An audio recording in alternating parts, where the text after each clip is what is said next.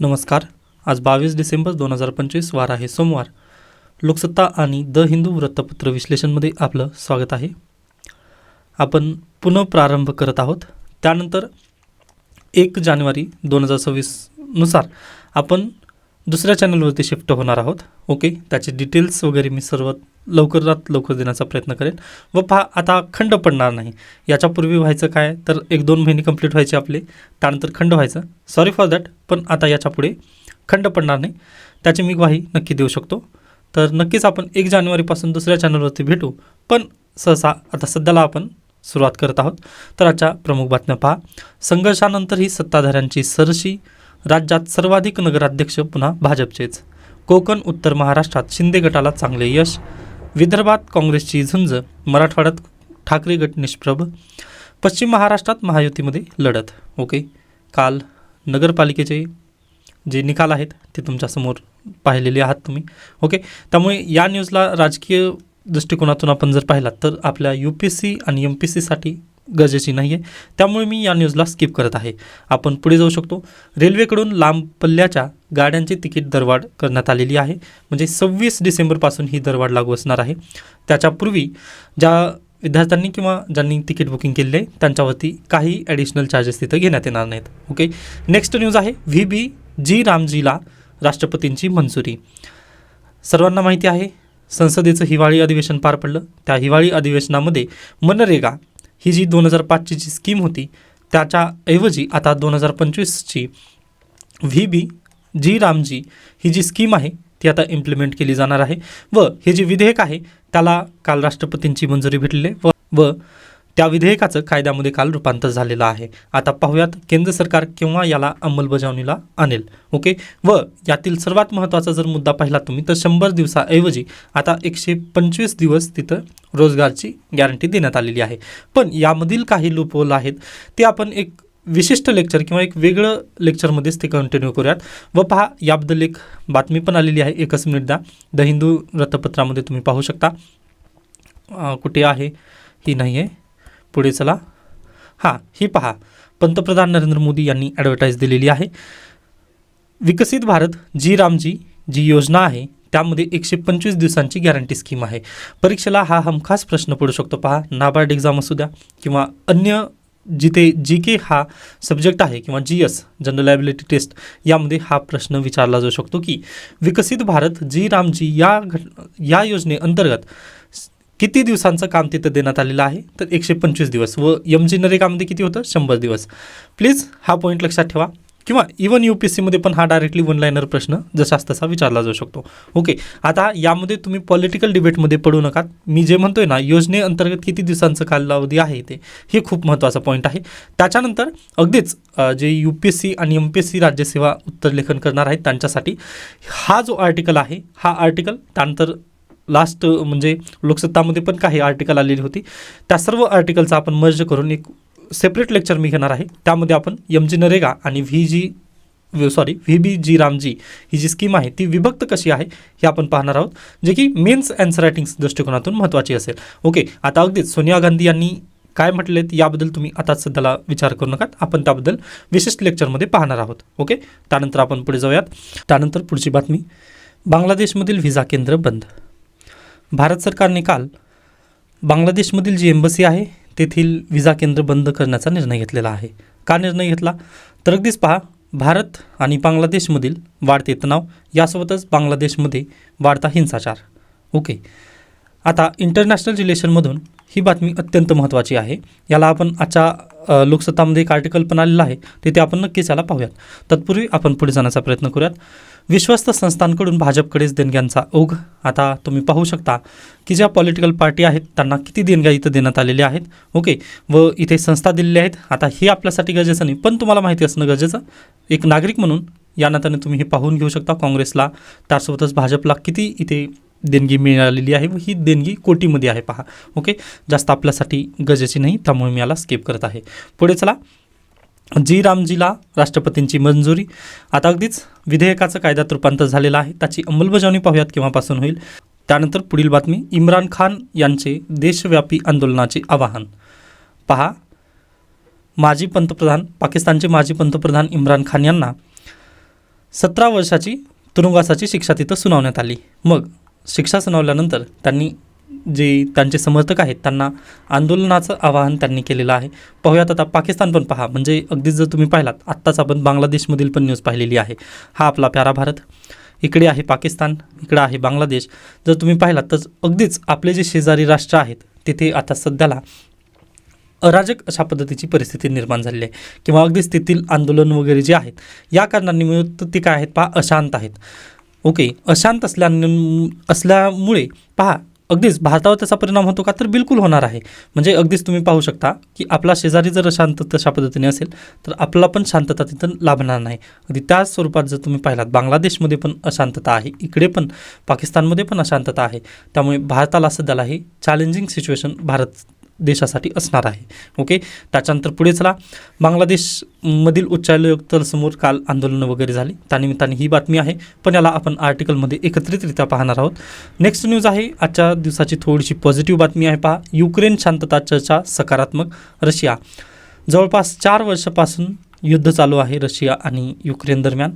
मग आता अगदीच शांततेबद्दल चर्चा तिथे सकारात्मक पद्धतीने होत आहे असं रशियाचं म्हणणं आहे.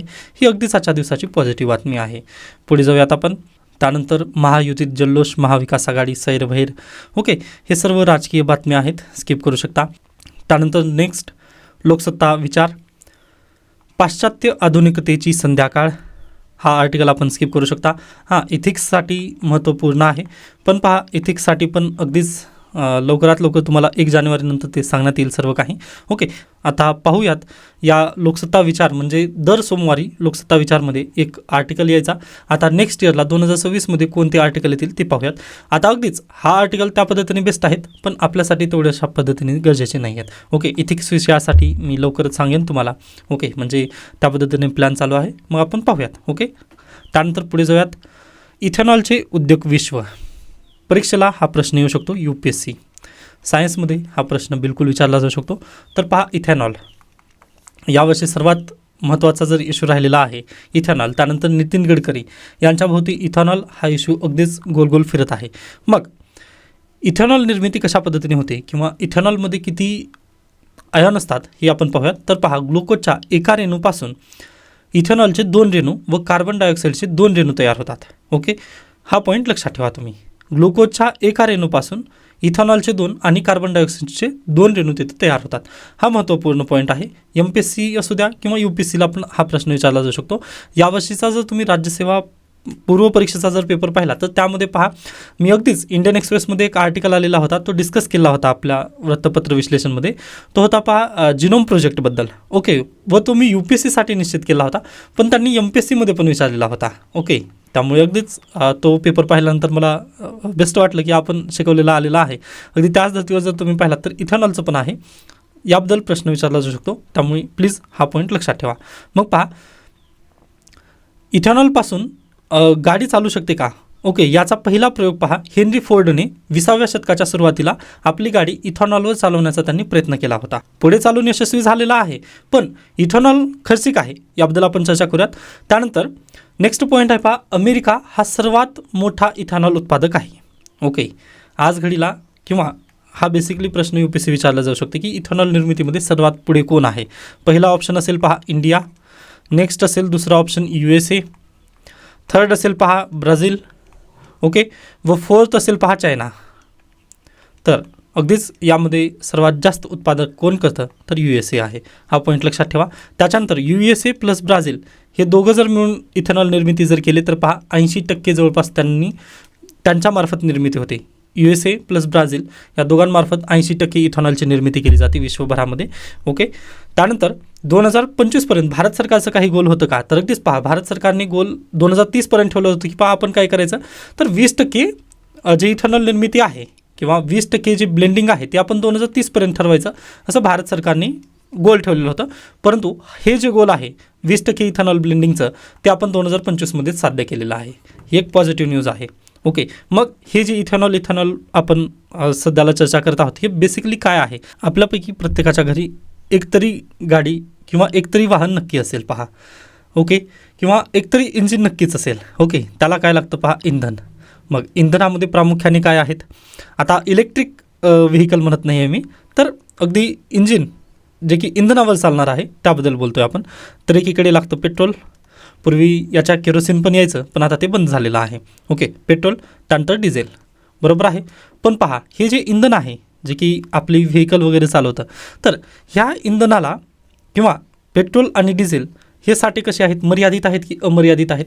तर अगदीच पहा, यांच्यावरती कुठेतरी जाऊन मर्यादा येणार आहे. ओके, एक 10 वर्ष चालतील किंवा 20 वर्ष चालतील किंवा जास्तीत जास्त झालं पहा 100 वर्ष आपल्याला ह्याचे साठे वगैरे प्राप्त होत असतील पेट्रोल आणि डिझेलचे किंवा इंधनाचे, बरोबर. मग हे कुठेतरी जाऊन ना थांबणार आहेत. त्यानंतर अगदीच पहा, ज्या वेळेस आता अगदीच रुपया कोसळत आहे म्हटल्यानंतर काय होणार आहे पहा, पेट्रोल आणि डिझेलचे जे किंमत आहेत त्या अगदीच आणखीन भरभराटीस येतील, म्हणजे त्या वाढतील. मग अगदी अशा पद्धतीने जर झालं तर आपल्याला काय करावं लागेल पहा, आपला रुपया आणखीन गटांगळा खाईल. म्हणजे आता जे 90 रुपये झालेला आहे, 90 रुपये इज इक्वल टू $1 जे झालेलं आहे, आता अगदीच आपला जर आणखीन जास्त पेट्रोल वगैरे विकत जर घ्यायचं म्हटलं आंतरराष्ट्रीय पातळीवरून, तर आपल्याला काय पहा, आणखीन जास्त प्राईस तिथं मोजावी लागेल, बरोबर. या कारणानिमित्त पहा, इंधनावरती काय आहेत पहा, मर्यादा आहेत. इंधनावरती कुठेतरी आपल्याकडे मर्यादा आहेत. मग याच्यावरती आपण काहीतरी सोल्युशन शोधू शकतो का? तर त्यासाठीच पहा, आपण इथेनॉल ब्लेंडिंग हा पर्याय पुढे आणलेला आहे. ओके, आता इथेनॉल ब्लेंडिंग हा आपलाच पर्याय आहे का? तर बिलकुल नाही आहे. तर अगदीच तुम्ही पाहू शकता, तो USAने पण याच्यापूर्वी लागू केलेला आहे. इथेनॉल ब्लेंडिंग USAने ऑलरेडी चालू केलेला आहे, बरोबर. मग पहा, USAमध्ये इथेनॉल ब्लेंडिंग कशा पद्धतीने केलेली आहे, की बहुना इथेनॉल ब्लेंड म्हणजे काय? तर पहा, आता हे जे पेट्रोल आहे याच्यापूर्वी हे आहे पहा पेट्रोल. मग याच्यापूर्वी संपूर्ण पेट्रोलमध्ये 100% हे पेट्रोलच असायचं, किंवा अगदीच तुम्ही ज्यावेळेस पेट्रोल पंपवरती जाता त्यामध्ये तिथं ऑइल वगैरे टाकून मिळायचं, 10 किंवा 15 रुपयाची पुडी ती असायची, जेणेकरून इंजिनची लाईफ जी आहे ती वाढेल. या कारणानिमित्त पेट्रोलमध्ये थोडेसे आपण घटक मिक्स करायचो. पण आपण इथे काय करूयात, 100% पेट्रोलच आहे असं तुम्ही कन्सिडर करा, बरोबर. मग 100% पेट्रोल म्हटल्यानंतर अगदीच पेट्रोलवरती तर मर्यादा आहेत, मग आपल्याला जास्त आवक तिथं करावी लागायची.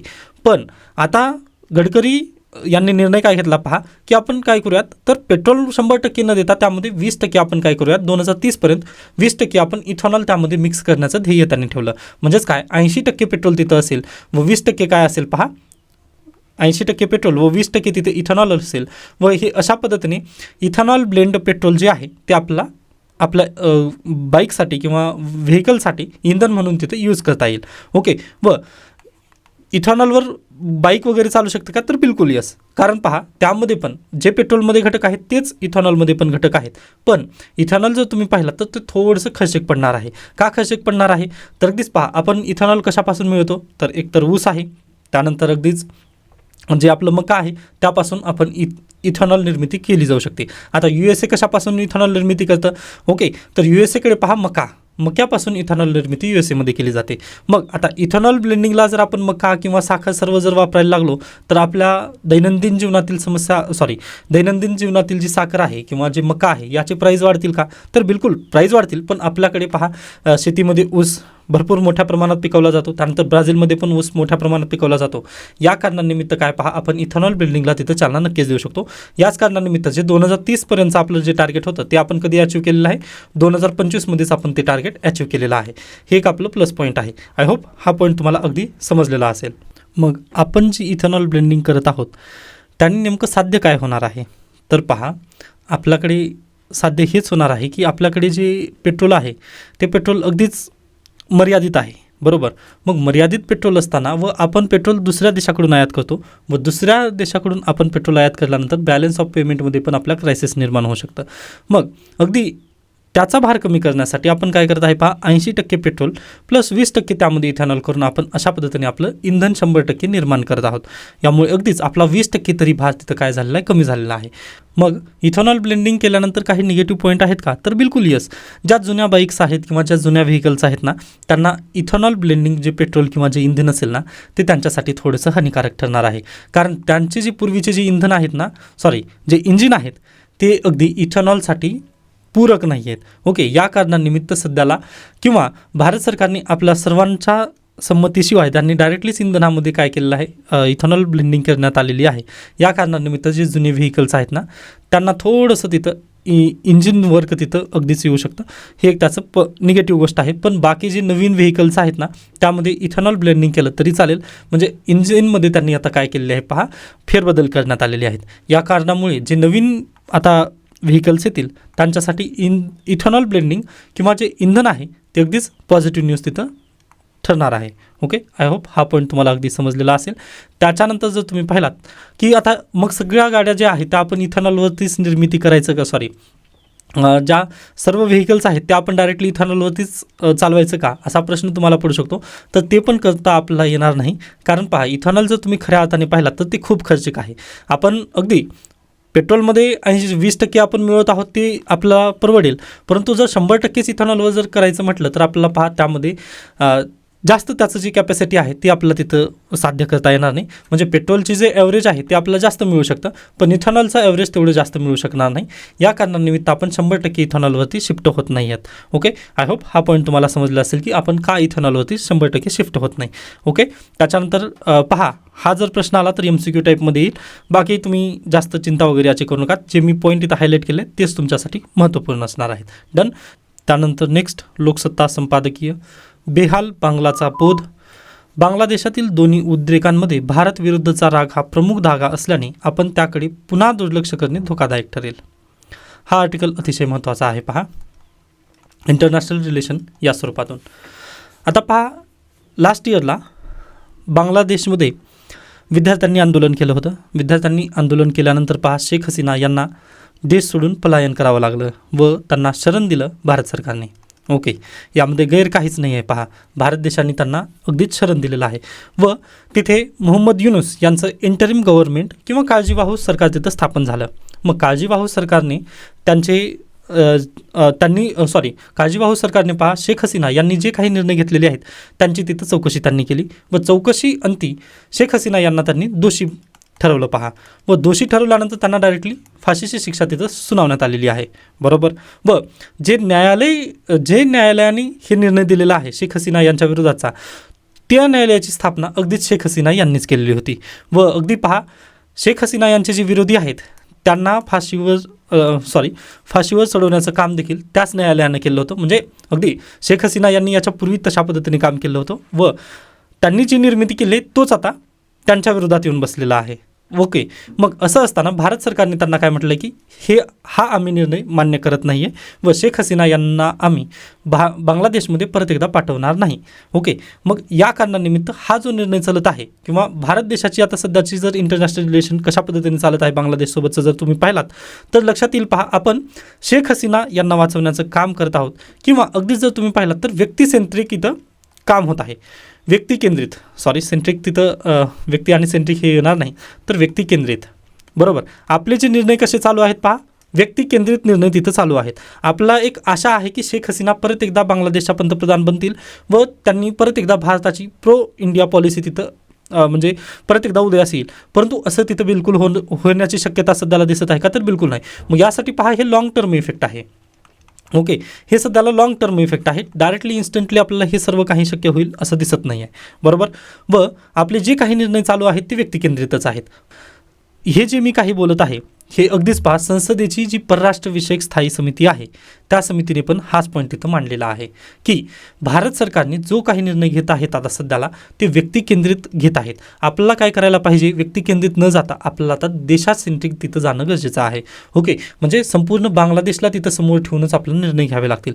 जसं की आता बांगलादेशनी शेख हसीना यांना जर दोषी ठरवलेला आहे तर अगदीच पहा, त्यांच्याकडे अगदीच इंटरनॅशनल कोर्ट ऑफ जस्टिसमध्ये वगैरे जाण्याचे तिथे चान्सेस आहेत त्यांना, किंवा कोर्ट ऑफ आर्बिट्रेशनमध्ये पण त्यांनी जाऊ शकतात. ओके, डायरेक्टली असं नाही की तिथे गेल्यास त्यांना फाशीची शिक्षा वगैरे होईल, पण सध्याला परिस्थिती नक्कीच अराजक आहे. ओके, या निमित्ताने आपण दुसरा कोणता तरी डिप्लोमॅटिक वे तिथं नक्कीच काढू शकतो. पण शेख हसीना यांना भारतामध्ये ठेवणं अगदी तेवढंच जोखमीचं तिथं सध्याला चालू आहे पहा. त्यामुळे भारत देशाच्या विरोधात सध्याला परिस्थिती निर्माण झालेली आहे बांगलादेशमध्ये. आणखीन एक कारण म्हणजे पहा, मोहम्मद युनूस यांचं जे काळजीवाहू सरकार आहे यांनी एक निर्णय घेतला की बा आपण काय करूयात, आता फेब्रुवारीमध्ये इलेक्शन लावूयात. ओके, बांगलादेशमध्ये फेब्रुवारीमध्ये इलेक्शन होतील, पण फेब्रुवारीमध्ये जे इलेक्शन होणार आहेत ना त्या इलेक्शनमध्ये शेख हसीना यांची पार्टी तिथं काय पार्टिसिपेटच करणार नाही. त्याला आपण काय करूयात, बॅन करूयात. हा बांगलादेशचा तिथं बेसिकली निर्णय चुकीचा आहे. ओके, कारण ज्यावेळेस 2024मध्ये इलेक्शन झाले होते पहा, म्हणजे 2023च्या डिसेंबर एंडमध्ये इलेक्शन लागले होते बांगलादेशमध्ये, व तुम्ही माझे न्यूजपेपर अनालिसिस तेव्हाचे पाहू शकता, त्यामध्ये पण मी हाच पॉईंट तिथं ठेवलेला होता. पहा, शेख हसीना यांनी काय केलं होतं, त्यांचे जे विरोधी पक्ष आहेत त्यांना संपूर्णला त्यांनी काय केलं होतं, बॅन केलं होतं. बॅन केल्यामुळे पहा 40% जी जनता आहे त्यांनी व्होटच केलेलं नव्हतं. ओके, 40% जनतांनी बांगलादेशमध्ये व्होट केलेलं नव्हतं. व यासोबतच त्यापैकी पण पहा 60% जनतेने काय केलं होतं, पहा इलेक्शनमध्ये भाग घेतलेला होता. व ह्या 60% मध्ये पण 40% मतांनीच शेख हसीना या परत एकदा निवडून आलेल्या होत्या. त्यामुळे अराजक परिस्थिती निर्माण झाली आहे हे शेख हसीना यांना पण माहिती होतं. व जे न्यूजपेपर अनालिसिस आपण केलेलं होतं त्यामध्ये पण मी हे सांगितलेलं होतं. व अगदी तशाच पद्धतीची आता पण सध्याला अराजक परिस्थिती आहे पहा. कारण इथे निवडणुका जरी होत असतील तरी फक्त एका विचारधारेचाच तिथं उदय होत आहे व एका विचारधारेलाच आपण तिथं काय देत आहोत, मान्यता देत आहोत. मग दुसऱ्या विचारधारेचं काय इथं. ओके, मग यासाठीच पहा आपल्या ज्या भावना वगैरे आहेत त्या इलेक्शनमध्ये उदयास येतात. या कारणानिमित्त जे काळजीवाहू सरकार आहे त्यांनी हा जो निर्णय घेतला आहे की फेब्रुवारीमध्ये फक्त एकाच पक्षाने निवडणूक लढवायची, हे पण अगदीच शेख हसीना यांनी जसा निर्णय घेतला होता अगदी त्या धर्तीवरच हे परत एकदा जात आहेत की काय, असा तिथं प्रश्नचिन्ह निर्माण झालेला आहे. मग आता भारत सरकार काय करू शकतं पहा, तर अगदी आपण पहा चर्चेतून समस्या नक्कीच सुटतील पहा. ओके, मग यासाठीच बांगलादेशसोबत आपल्या चर्चा तिथं जास्त वाढवणं अपेक्षित आहे. कारण जर आपण तिथं चर्चा केली नाही तर तुम्हाला सर्वांना माहिती आहे इथे लगेच दुसरे म्हणजे काय म्हणू शकतो की दुश्मन का दुश्मन दोस्त होत आहे. अगदी त्याच पद्धतीने पाकिस्तान आणि चायना तर तिथे बांगलादेशसोबत जाण्यासाठी तयारच आहेत. मग यासाठीच भारत देशाने बांगलादेशसोबतच्या ज्या काही समस्या आहेत ते सोडवण्यावर थोडंसं फोकस करणं अत्यंत गरजेचं आहे पहा. कारण परत एकदा जर उद्रेक झाला किंवा आता सध्याला जरी उद्रेक चालू झालेला आहे, मग बांगलादेशमध्ये अशांतता आहे व आपल्या शेजारील राष्ट्रामध्ये जर अशांतता असेल तर आपण शांत तिथं झोपवू शकत नाही पहा.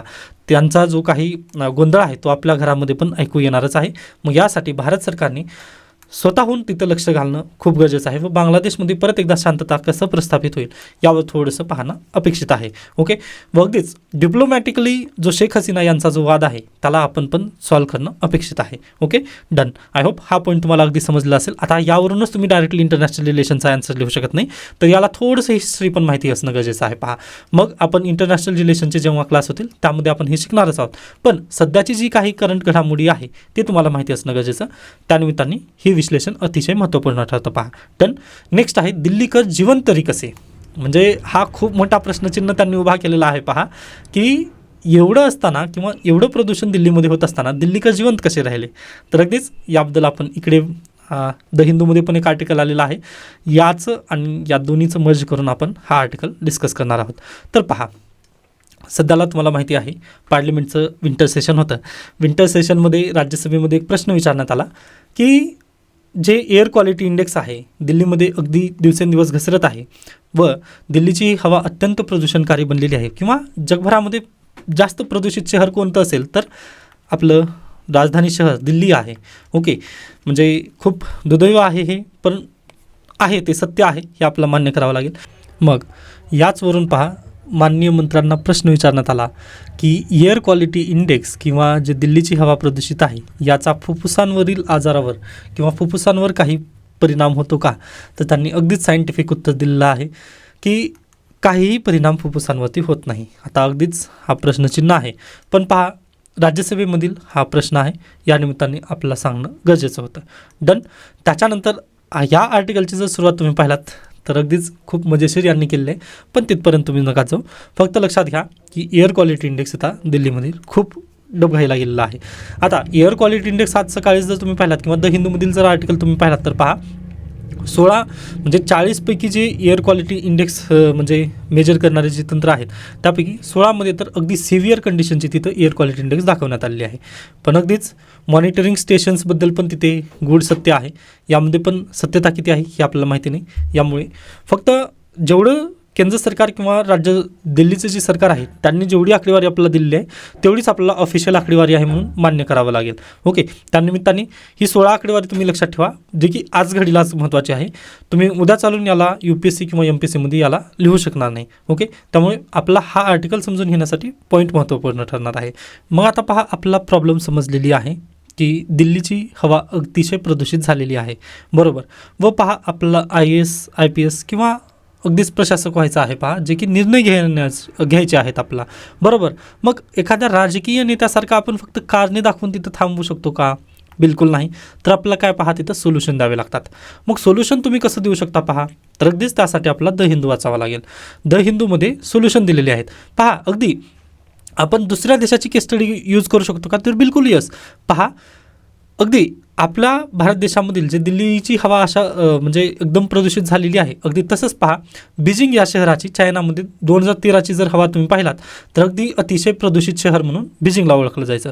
पण 2013 त्यांनी असे काही निर्णय तिथे घेतले की 2021पर्यंत येता येतं त्यांनी काय झाले पहा, एकदम स्वच्छ तिथं क्लीन एअर तिथं आता सध्याला आहे, बरोबर. व आज घडीला 2025मध्ये भारत देश काय झालेला आहे पहा, आता पोल्युटेड सिटी म्हणून तिथं ओळखलं जात आहे. व आता फक्त हे एकट्या दिल्लीची हवा दूषित होत आहे असं नाही आहे, तर अगदीच पहा याचे जे लोड आहेत ना ते अगदी संपूर्ण भारतभर येणार आहेत. उद्या चालून मुंबई, त्यानंतर पुणे, अगदीच कोलकाता हे जे दुसरे पण शहर आहेत ना तिथे पण आपला प्रदूषण जास्त होत असलेलं तिथं पाहायला मिळेल. मग यासाठी आतापासूनच आपल्याला काय पहा निर्णय घ्यावे लागतील. जसं चायनाने 2013मध्ये निर्णय घेतले, म्हणजे तेथील हवा प्रदूषित झाल्यानंतर त्यांनी जसे निर्णय घेतले तसं आता आपला भारत देशामध्ये पण काही निर्णय घ्यावे लागतील. मग ते कोणते कोणते निर्णय आहेत तर ते आपण एक एक करून सोल्युशनमध्ये पाहूयात. तर पहा सर्वप्रथम आहे पहा पॉलिसी लेवलवरतीचे निर्णय. आता पॉलिसी लेवलवरतीचे निर्णय जर तुम्ही पाहिलात तर आज घडीला दिल्लीमध्ये 2 सरकार आहेत, बरोबर. एक आहे केंद्र सरकार व दुसरं आहे दिल्लीचं स्थानिक सरकार. ओके, स्थानिक राज्य सरकार तुम्ही म्हणू शकता. मग अगदीच आता अधिकार जर पाहिलेत तर पहा अगदी काही केंद्र सरकारला अधिकार देण्यात आले आहेत कारण युनियन टेरिटरी आहे नवी दिल्ली या कारणानिमित्त, आणि दिल्ली सरकारला काही अधिकार आहेत. ओके, दिल्ली गव्हर्नमेंटला काही अधिकार आहेत, बरोबर. यासोबतच पहा आपल्याकडे हे झालं पहा वरून खालीपर्यंत अशा पद्धतीची काय आहे पहा यांची एस्टॅब्लिशमेंट आहे. त्याच्यासोबत हॉरिझॉन्टल एस्टॅब्लिशमेंट जर तुम्ही पाहिला तर पहा CPCB central pollution control board आहे. त्यानंतर एअर पोल्युशन मोजणारे जे मानक संस्था वगैरे आहेत त्यांच्या काही तिथं ऑथॉरिटीज आहेत. ओके, मग हॉरिझॉन्टल आणि व्हर्टिकल आपल्याकडे काय आहे पहा अशा पद्धतीने तिथे डिस्ट्रीब्युशन केलेलं आहे संस्थांचं.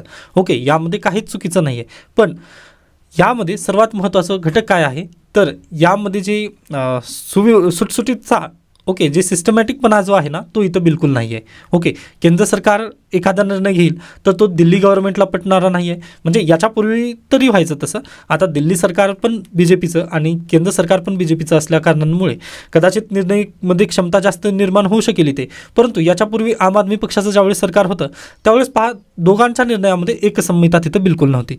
या कारणानिमित्त पण जे दिल्लीकर आहेत त्यांना अगदीच पहा खूप निर्णयांना वगैरे तिथं किंवा खूप हवेला तिथं तशा पद्धतीने सामोरं जावं लागलेलं आहे. डन. तर पहा आता केंद्र सरकारने एखादा निर्णय जर घेतलेला असेल तर त्याला आपल्याला काय सुटसुटीतपणे अगदी दिल्ली गव्हर्नमेंटचं जे कर्मचारी वर्ग आहेत त्यांनी पण योग्य पद्धतीने तिथं राबवणं आता काळाची गरज आहे. यासोबतच आज घडीला म्हणजे ही जी पॉलिसी आहे ही चायनाची आहे. चायनामध्ये एकच सरकार आहे, त्यांनी अगदी वरून खालीपर्यंत त्यांनी डायरेक्टली निर्णय तिथं लावलेले होते. त्या कारणानिमित्त 2013 ते 2021पर्यंत त्यांनी बीजिंगची हवा जी आहे ती शुद्ध करून दाखवली. हा झाला प्रमुख मुद्दा जो की प्रशासकीय लेवलवरती आहे. त्याच्यानंतर दुसरा आहे कायद्याबद्दलचा. आता आज घडीला आपल्या भारत देशामध्ये कायदे आहेत का तर बिलकुल आहेत. जसं की 1986चा कोणता कायदा आहे, एन्व्हायरमेंट प्रोटेक्शन ॲक्ट. त्यानंतर एअर पोल्युशन ॲक्ट 1981. हा परीक्षेला महत्त्वपूर्ण प्रश्न आहे पहा. 1986 आणि 1981 त्यामध्ये दोन्हीमध्ये तफावत तुम्हाला केली जाऊ शकते. 1981 म्हणजे पहिल्यांदा कायदा कशाचा एअर पोल्युशनबद्दलचा आहे. प्लीज हा पॉईंट तुम्ही लक्षात ठेवा. UPSC प्रिलिमला हा प्रश्न विचारला जाऊ शकतो की air pollution prevention and protection act कधीचा आहे तर 1981चा आहे. ओके, तर पहा आपल्याकडे कायदे आहेत पण त्याला आपण इम्प्लिमेंटेशन करत आहोत का तर बिलकुल नाही. आपल्याकडे कायदे सगळेच आहेत पण आपण त्याला इम्प्लिमेंटेशन योग्य पद्धतीने होत नाही आहे पहा. ओके, व याला तुम्ही पण नक्कीच तिथे हे करू शकता, साक्ष देऊ शकता की खरंच आपल्याकडे म्हणजे कायद्याचं इम्प्लिमेंटेशन योग्य पद्धतीने होऊ शकत नाही. ओके, जसं की तुम्ही मोटर व्हेकल्स ॲक्टबद्दल बोलू शकता, म्हणजे भ्रष्टाचार वगैरे तिथे जास्त प्रमाणात आहे. ओके, कोणत्याही कायद्यामध्ये जर गेला तर तिथं भ्रष्टाचार किंवा लूप होल्स जास्त आहेत.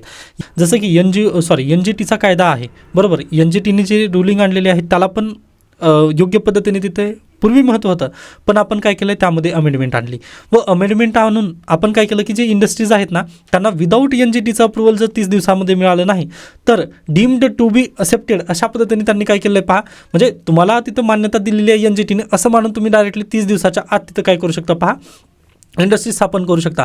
असे काही आपण निर्णय घेतलेले आहेत. ह्या कारणांमुळे पहा एन्व्हायरमेंटचं तिथं काय बेसिकली हनन होत आहे. मग हे जे आहेत कायदे जे आहेत याचं योग्य पद्धतीने इम्प्लिमेंटेशन होणं काय काळाची गरज आहे व तशा पद्धतीने जर केला तरच कदाचित दिल्लीची हवा शुद्ध होऊ शकेल.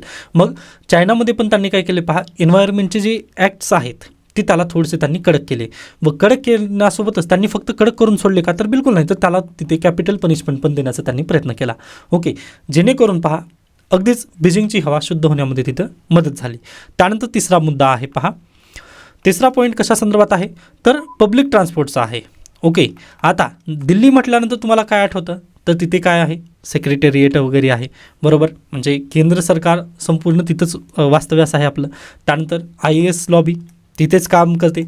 त्यानंतर IAS IFS ओके, किंवा अगदीच पहा जे एम्बसीज आहेत ते पण नवी दिल्ली येथे आहेत. त्यानंतर आणखीन एक महत्त्वाची बातमी आलेली आहे पहा, ज्या एम्बसीज आहेत, फॉरेन एम्बसीज जे आहेत ना, त्यांनी दिल्लीमध्ये तशा पद्धतीने एक नोटीस जारी केली आहे की बा तुम्ही दिल्लीमध्ये वगैरे येऊ नका, कारण येथील हवा अशुद्ध आहे म्हणून.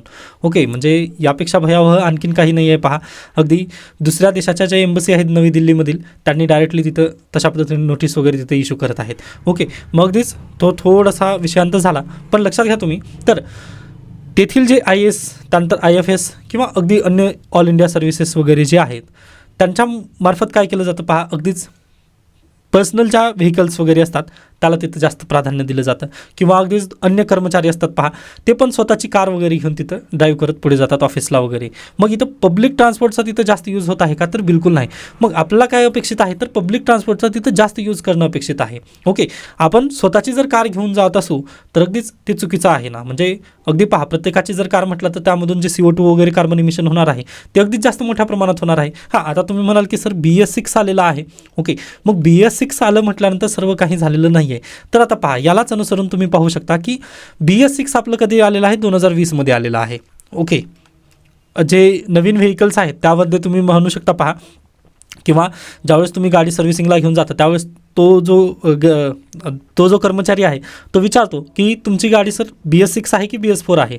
तर अगदीच पहा BS6 जे नवीन गाड्यांसाठी आहे व 2020च्या पूर्वीच्या ज्या गाड्या आहेत ते BS4 आहेत, बरोबर, BS4 व्हेकल्स आहेत.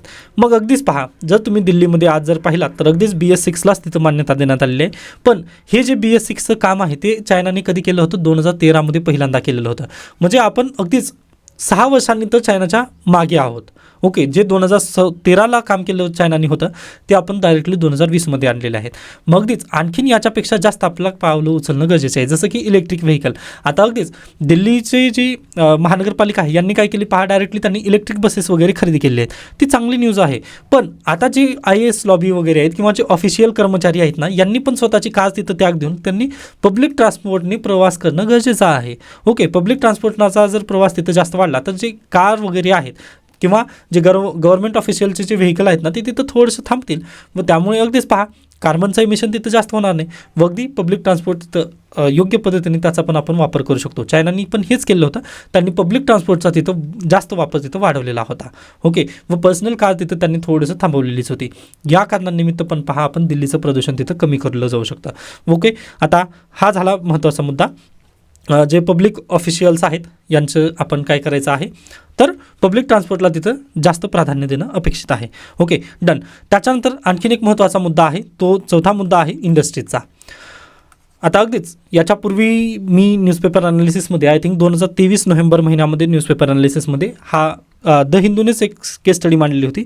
तर दिल्लीच्या आजूबाजूची त्यांनी स्टडी केली व प्रत्येक जागी पहा तिथं काय दिसले त्यांना, तर इंडस्ट्रीयल सेक्टर दिसलेला आहे. म्हणजे दिल्लीला पूर्ण विळखा हा इंडस्ट्रीयल सेक्टरचा आहे. आता अगदीच जेव्हा दिल्ली एअर पोल्युशनची न्यूज येते ना त्यावेळेस काय म्हटलं जातं की जे हरियाणा आणि पंजाबचे जे शेतकरी आहेत त्यांनी पॅडी जाळली, या कारणानिमित्त दिल्लीची हवा प्रदूषित झाली, असं दरवर्षी व्हायचं.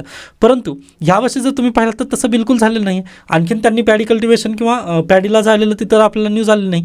मग तसं नसताना पण दिल्लीची हवा प्रदूषित जास्त का झाली, तर अगदी याचं एकमेव कारण जर तुम्ही पाहिलात ना तर यामध्ये आपल्याला दिसून येईल की इथे जे आजूबाजूचं सेक्टर जे आहे, दिल्लीच्या आजूबाजूचं जे सेक्टर आहे ते संपूर्ण इंडस्ट्रीयल सेक्टर आहे व यासोबतच आपल्याकडे कोळसा पण जाळला जातो. ओके, इंडस्ट्रीयलसाठी कोळसा पण जाळला जातो.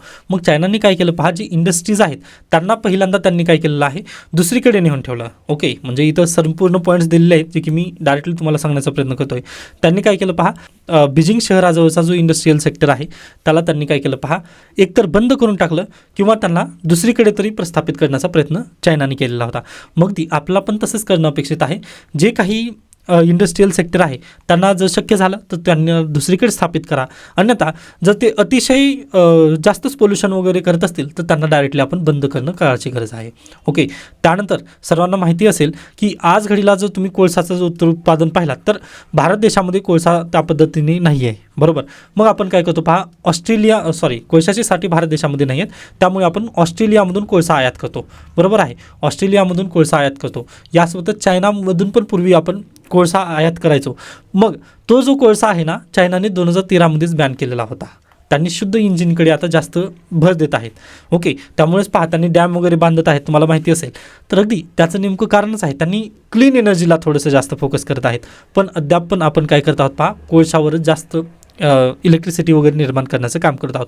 मग आपल्याला थोडंसं लॉंग टर्म इथं विचार करणं अपेक्षित आहे. जसं इथेनॉल निर्मिती आपण पाहिली ना, अगदी त्याच धर्तीवर आपल्याला थोडंसं लॉंग टर्म व्हिजन तिथं असणं गरजेचं आहे. त्यानंतर आणखीन एक द हिंदूमध्ये पॉईंट दिलेला आहे पहा, की PUCचा आपल्याकडे अगदीच कायदा पण आहे. मोटर व्हेकल्स ॲक्ट जर तुम्ही पाहिलात कधीचा आहे, 1948, फॅक्टरीज ॲक्ट 1948 आणि मोटर व्हेकल्स ॲक्ट 1988 1988चा जो मोटर व्हेकल ॲक्ट आहे, यामध्ये एअर पोल्युशन करू नये याबद्दल तिथे काही कंडिशन्स तिथं देण्यात आलेले आहेत आपल्या कायद्यामध्ये.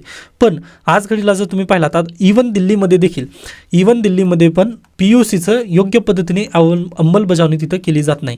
ओके, पोल्युशन अंडर कंट्रोल हे जे सर्टिफिकेट असतं आपल्याकडे, त्या सर्टिफिकेटचं दिल्लीमध्ये पण अद्याप तिथे योग्य पद्धतीने पहा अंमलबजावणी केली जात नाही. मग यापेक्षा जास्त दुर्दैव आपल्याकडे काही असू शकत नाही. यामुळेच मी पहिला जो मुद्दा मांडलेला होता की आपल्याकडे कायदे आहेत पण कायद्याची योग्य पद्धतीने अंमलबजावणी होत नाही. मग काळाची तीच गरज आहे की पहा आपल्याला काय करायचं आहे, आता आपल्याकडे जे कायदे दिलेले आहेत त्या कायद्यांची योग्य पद्धतीने तिथं अंमलबजावणी करून आणणं गरजेचं आहे.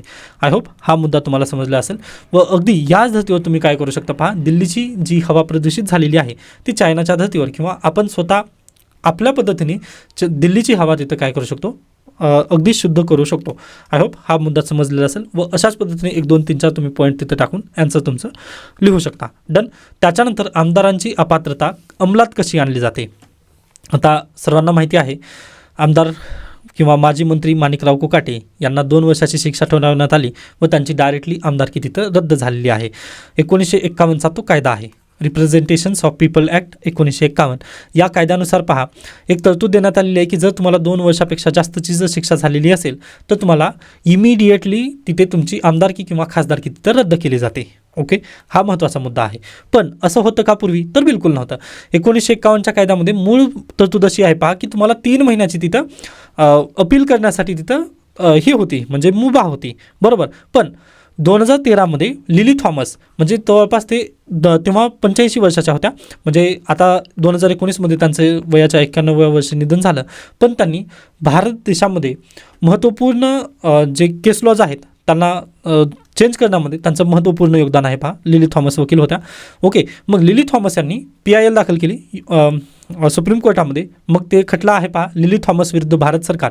या खटल्यामध्ये सुप्रीम कोर्टाला त्यांनी विचारणा केली की पहा, एखादा व्यक्ती आहे, म्हणजे नॉर्मल ह्युमन बिईंग आहे किंवा आपल्यापैकीच एखादा व्यक्ती जर असेल व त्याला जर एखाद्या गुन्ह्याअंतर्गत अटक करण्यात आली किंवा त्याच्याविरुद्ध जर एखादा गुन्हा जर टाकण्यात आला तर त्याला कोणतीच गव्हर्नमेंटची एक्झाम देता येत नाही. पहा, कोणतीच गव्हर्नमेंटची एक्झाम देता येत नाही. पण तसाच व्यक्ती त्याच्या विरोधात जर गुन्हे असेल तर तो MLA किंवा MP म्हणून तिथं राहू शकतो, बरोबर. मग याबद्दल त्यांनी सुप्रीम कोर्टामध्ये याचिका दाखल केली. मग सुप्रीम कोर्टाने याबद्दल अगदीच लिली थॉमस यांचं म्हणणं ऐकलं व त्यांनी म्हटले की नाही, ही तरतूद चुकीची आहे. मग त्यांनी काय म्हटले पहा, की 2 वर्षाची जर शिक्षा एखाद्या आमदाराला किंवा खासदाराला जर झालेली असेल तर त्याला ही 3 महिन्याची जी तरतूद होती की त्याला अपील करता येतं, ती तरतूद आम्ही रद्द करत आहोत. व इमिडिएटली आता काय असणार आहे, 2 वर्षाची जर शिक्षा झाली ना तर इमिडिएटली त्याची आमदारकी किंवा खासदारकी जाते. व याचं बेस्ट उदाहरण तुम्ही 23 मार्च 2023 पाहिलेलं असाल, जे की राहुल गांधी यांचं होतं. राहुल गांधी यांनी मोदी आडनावावर अपेक्षित तशा पद्धतीने टिप्पणी केली व सुरत न्यायालयाने काय केलं पहा, त्यांना 2 वर्षाची शिक्षा सुनावली. 2 वर्षाची शिक्षा सुनावल्या लगेच काय झाली पहा, त्यांची खासदारकी तिथं रद्द झाली होती व लोकसभा सेक्रेटरीने पण त्यांना तिथे त्यांचं घर निकामी वगैरे करायला लावलं होतं, ते आपण पाहिलेलं आहे. पुन्हा सुप्रीम कोर्टाने मग त्या शिक्षेला वगैरे रोख लावलेली आहे. बरोबर. मग त्याच धर्तीवर आता माणिकराव कोकाटे यांना हायकोर्टाने स्थगिती दिलेली आहे. कशाची स्थगिती दिली आहे पहा, तर त्यांच्या पुढील सुनावणीसाठी त्यांना स्थगिती दिली आहे. बाकी त्यांची आमदारकी अद्याप रद्द आहे तर अगदीच रद्द आहे पहा. व रिप्रेझेंटेशन्स ऑफ पीपल ॲक्ट 1951 अंतर्गत जर तुम्हाला 2 वर्षापेक्षा जास्तची जर शिक्षा झाली असेल तर तुमची आमदारकी रद्द होते व आमदारकी रद्द झाल्यानंतर तुम्ही शिक्षा तुमची पूर्ण म्हणजे काय म्हणू शकता की तुमची शिक्षा तुम्ही हे करून जेलच्या बाहेर आल्यानंतर देखील तुम्हाला 6 वर्षासाठी निवडणुका लढवता येत नाहीत किंवा कोणतंही पद तुम्हाला धारण करता येत नाही. अशा पद्धतीने रिप्रेझेंटेशन्स ऑफ पीपल्स ॲक्ट लोकप्रतिनिधी कायदा 1951च्या अंतर्गत तरतूद करण्यात आली आहे. व याचं जर तुम्ही थोडंसं आणखीन जर इतिहास पाहिलात ना तर 2013ला ज्यावेळेस सुप्रीम कोर्टाने निर्णय दिला होता पहा, निर्णय दिल्यानंतर लगेच जे लोकसभा आहे यांनी एक बिल बनवलं होतं की नाही जे सुप्रीम कोर्टाचा निर्णय आहे तो रद्द आहे असं म्हणून त्यांनी बिल बनवलं होतं. पार्लमेंटमध्ये ते सादर केलं जाणार होतं, पण राहुल गांधी यांनी ते पब्लिकली डायरेक्टली फाडून टाकलेलं होतं. या कारणानिमित्त राहुल गांधी यांना 2023मध्ये ट्रोल करण्यात आलं होतं की ज्या व्यक्तीने ती कॉपी फाडून टाकली त्याच व्यक्तीला आज खासदारकी रद्द होत आहे म्हणून. पण पुढे चालून सुप्रीम कोर्टाने ती शिक्षा वगैरे काय स्थगिती दिलेली आहे. त्यामुळे राहुल गांधी यांचं जे खासदारकी आहे ती सध्याला टिकून आहे पहा. आय होप हा पण मुद्दा तुम्हाला अगदी योग्यरित्या समजलेला असेल. आता बाकी जर तुम्ही म्हटलात तर यामध्ये आमदार अपात्रता कशी अंमलात आणली जाते तर अगदीच सर्वांना माहिती आहे की 2 वर्षाच्या शिक्षेनंतर लगेच तिथे आमदारकी वगैरे रद्द केली जाते. पण याचे सर्वस्व अधिकार कोणाला आहेत तर विधानसभेच्या अध्यक्षांना हे अधिकार देण्यात आलेले आहेत. ओके, म्हणजे विधानसभेच्या अध्यक्षांना डायरेक्टली 2 वर्षाची शिक्षा झाली ना लगेच रात्रीच त्यांनी निर्णय काढू शकतात की बाबा तुमची आमदारकी रद्द झालेली आहे. पण माणिकराव कोकाटे यांच्या संदर्भात तशा पद्धतीने आपल्याला न्यूज आलेली नाही का, तर सध्याला जे विधानसभेचे अध्यक्ष आहेत यांनी तसा काहीही निर्णय माणिकराव कोकाटे यांच्या विरोधात घेतला नाही. या कारणानिमित्त तुम्ही पाहू शकता की माणिकराव कोकाटे यांची म्हणजे अपात्रता आपल्याला समजत आहे की बाबा हे अपात्र झालेले आहेत, पण अद्याप त्यांना अपात्र करण्यात आलेलं नाही आहे किंवा त्यांना पदावरून तिथं काढण्यात तशा पद्धतीने आलेलं नाही आहे. हाच एक महत्त्वाचा मुद्दा आहे की परीक्षेला जर प्रश्न विचारला की आमदारांना अपात्र कोण घोषित करतं तर अगदीच जे विधानसभेचे जे अध्यक्ष असतात त्यांच्यामार्फत ही अपात्रता घोषित केली जाते. आय होप हा पण पॉईंट तुम्हाला अगदी योग्यरित्या समजलेला असेल. त्याच्यानंतर परत एकदा राजकीय बातम्या आहेत ज्या की आपण स्किप करूयात. त्याच्यानंतर अर्थवृत्तांत याला पण मी स्किप करतोय. त्यानंतर क्रीडा न्यूज आहेत, तर अशा पद्धतीने आपण इथे थांबूयात. पहा, लोकसत्ता पण पाहिलेला आहे व द हिंदूमधील पण ज्या महत्त्वपूर्ण बातम्या होत्या त्या जवळपास क्लिअर करण्यात आलेल्या आहेत व अगदीच दोन्ही बातम्या समान असतात. या कारणानिमित्त निश्चिंत राहा तुम्ही की मी संपूर्ण बातम्या नक्कीच घेत असतो. ओके, याबद्दल काही शंका काही सजेशन असतील तर नक्की सांगू शकता. त्यानंतर 1 जानेवारीपासून आपला प्लॅटफॉर्म थोडासा चेंज होणार आहे. यूट्यूबवरतीच दुसरीकडे आपला पत्ता असेल. ओके, याबद्दल शंका सजेशन असतील तर नक्की सांगू शकता. धन्यवाद.